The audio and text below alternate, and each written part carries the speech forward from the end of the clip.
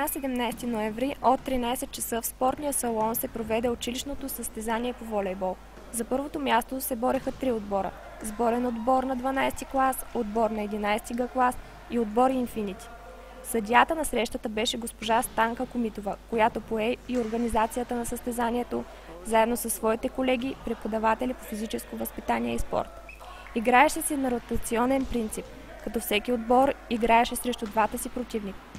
Резултатът обаче беше определен още след втората среща, защото отборът на Инфинити в състав Владислав Иванов от 11В, Десислав Иванов също от 11В, Николай Ненов от 9В, Теодор Табаков от 10В, Мирослав Гечев от 11В и Семен Дерменджиев от 9В победиха безапелационно и двата си противника с убедителното 3-0 гейма.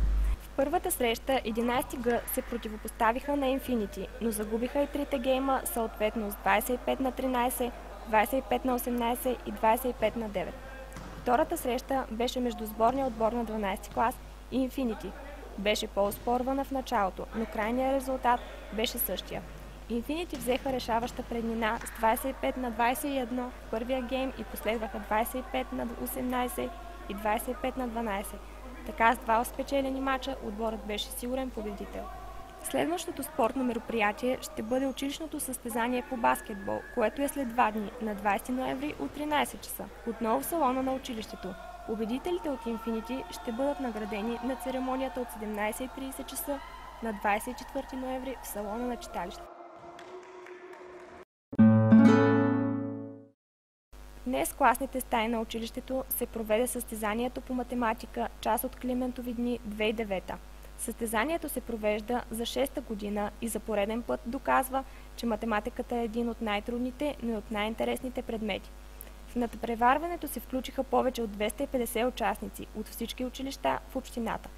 В 13 часа първи своето участие започнаха учениците от начален курс, а след това надпреварата започна и за големите. За 9, 10 и 11 клас традиционно състезанието беше отборно, а 12 клас работеха по задачи, които са във формата на матурата.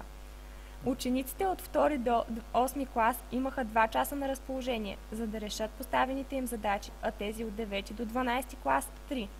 Традиционно наградите за състезанието са осигурени от Ротари клуб Троян.